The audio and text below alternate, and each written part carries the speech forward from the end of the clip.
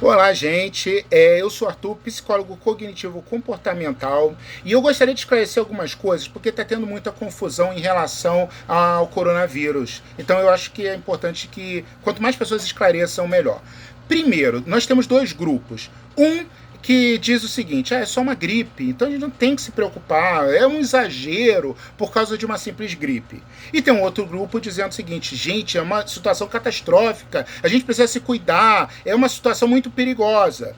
Lembra, né? Quem já fez uns meus cursos sabe, às vezes os dois lados estão certos, né? Porque a gente pensa, se uma pessoa está certa, porque a outra está errada. Nesse caso, os dois estão certos. É uma gripe? Sim, é uma gripe. E como qualquer outra gripe, a maioria das pessoas vão ser infectadas, ela vai ser transmitida muito facilmente. A maioria das pessoas, 80% das pessoas, nem vão ter sintoma de gripe nenhuma. Agora, é uma situação desesperadora, é uma situação que a gente precisa ficar atento? Sim, também é. Por quê? Exatamente pela peculiaridade do coronavírus. O que acontece? Como eu falei, a maioria das pessoas, né, 80%, não vão ter sintomas. Algumas vão ter simplesmente sintomas da gripe. Mas pessoas com diabetes, imunidade baixa, hipertensão, problemas do coração, coronários, problemas respiratórios, como bronquite e tudo mais, essas pessoas podem ter complicações e até mesmo vir a óbito, morrer. Por quê? Exatamente porque uma dessas características é a falta de ar. E aí o que acontece? Quando uma pessoa como essa, num caso grave de coronavírus, dá entrada num hospital, ele vai precisar de um leito e vai precisar de um respirador artificial. O que acontece? Se todo mundo pegar coronavírus de uma hora para outra, esse número de pessoas graves também vai lotar os hospitais. E aí a gente vai começar a ter o que está acontecendo na Itália. Não vai ter leito para todo mundo. Os leitos, as UTIs vão ficar lotadas de pessoas com coronavírus. Nós, no Brasil, não temos leito, nem no sistema público, nem no sistema privado, para uma demanda como essa. E aí vai acontecer o seguinte: os médicos vão ter que começar a decidir quem vai morrer e quem vai sobreviver, porque não vai ter como tratar e cuidar de todo mundo. E outra coisa, né? Por exemplo, pessoas que tiverem qualquer outro problema, como por exemplo, sei lá, apendicite, problema cardiovascular, um derrame, um acidente em casa porque caiu da escada, um acidente de carro, elas não vão ter como ser atendidas no hospital. Sei lá, uma criança que se envenenou bebendo alguma coisa, não vai ter como ser atendido porque não vai ter vaga nos hospitais. Então, mesmo quem nem pegar coronavírus vai acabar sendo vítima e morrendo por conta de não ter vaga. Ah, mas eu tenho um plano de saúde, eu pago R$ 5.000 por mês, então eu não tenho esse problema. Se todos os hospitais estiverem lotados, abarrotados e não tiver leito nenhum, não adianta você ter plano de saúde, você não vai ser atendido. Então vocês estão começando a entender a gravidade do problema?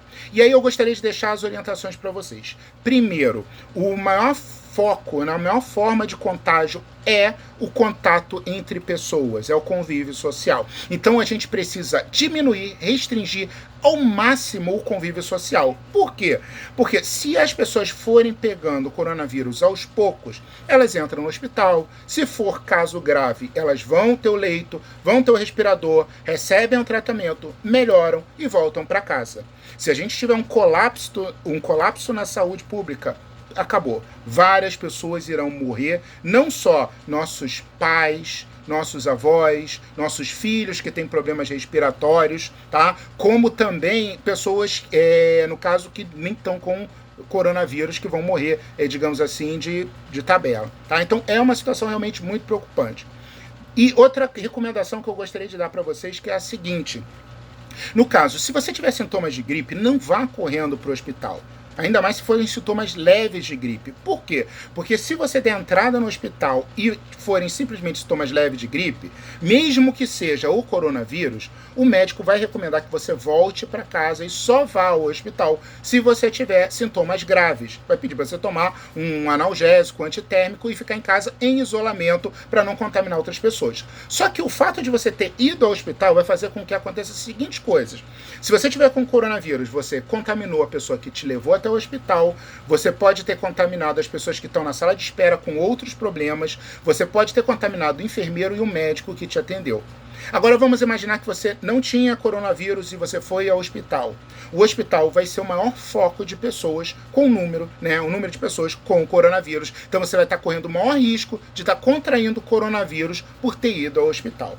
Tá? Então a recomendação é essa, fiquem em casa. Segunda recomendação é a seguinte, na questão do isolamento social. Nós sabemos que no caso do isolamento social, nós somos seres sociais. Então o isolamento social pode gerar depressão, ansiedade, pode gerar até síndrome do pânico e outras coisas.